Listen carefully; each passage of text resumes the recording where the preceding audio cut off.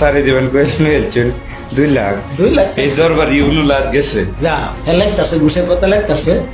দপ্তরি পদের চাকরি এবং ম্যানেজিং কমিটির সদস্য পদ দেওয়ার নামে চলছে লাখ লাখ টাকার ঘুষ বাণিজ্য।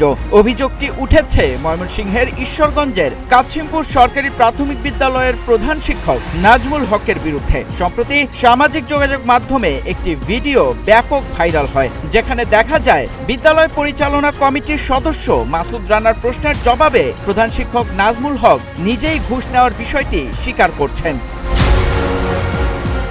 ভিডিওতে দপ্তরি পদের চাকরির জন্য 2 লাখ টাকা নেওয়ার কথা উঠলে প্রধান শিক্ষককে বলতে শোনা যায়, এখন পর্যন্ত 2 লাখের মতো নিয়েছি, সামনে আরো 10 লাখ নেব।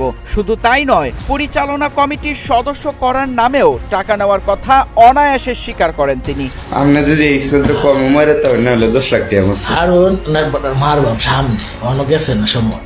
ইতোমধ্যেই এই প্রতারণার শিকার হওয়া ভুক্তভোগী নুরুল ইসলাম জানান, ছেলে কাউসারের চাকরির আশায় এনজিও থেকে ঋণ করে প্রধান শিক্ষককে 2 লাখ টাকা দিয়েছিলেন। পরবর্তীতে তিনি জানতে পারেন দপ্তরি পদে নিয়োগ দেওয়ার কোনো এখতিয়ারই প্রধান শিক্ষকের নেই। টাকা ফেরত চাইতে গেলে উল্টো বিপাকে পড়তে হয় তাকে। শেষমেশ প্রশাসনের কাছে লিখিত অভিযোগ দিয়েও মেলেনি সমাধান।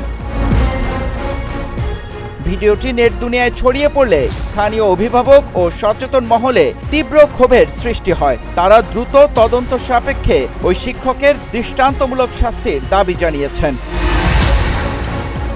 তবে নিজের বিরুদ্ধে ওঠা সমস্ত অভিযোগ অস্বীকার করেছেন প্রধান শিক্ষক নাজমুল হক। তার দাবি, ষড়যন্ত্র করে তাকে ফাঁদে ফেলে এই ভিডিওটি ধারণ করা হয়েছে। এদিকে ঈশ্বরগঞ্জ উপজেলা প্রাথমিক শিক্ষা কর্মকর্তা সৈয়দ আহমেদ জানান, লিখিত অভিযোগের ভিত্তিতে তিনি বিষয়টি আগেই জেনেছিলেন এবং টাকা ফেরত দেওয়ার নির্দেশও দিয়েছিলেন। এছাড়াও ঈশ্বরগঞ্জ উপজেলা নির্বাহী কর্মকর্তা সঞ্জিদা রহমান জানিয়েছেন, ভাইরাল ভিডিওটি খতিয়ে দেখে সত্যতা মিললে কঠোর আইনি ব্যবস্থা নেওয়া হবে।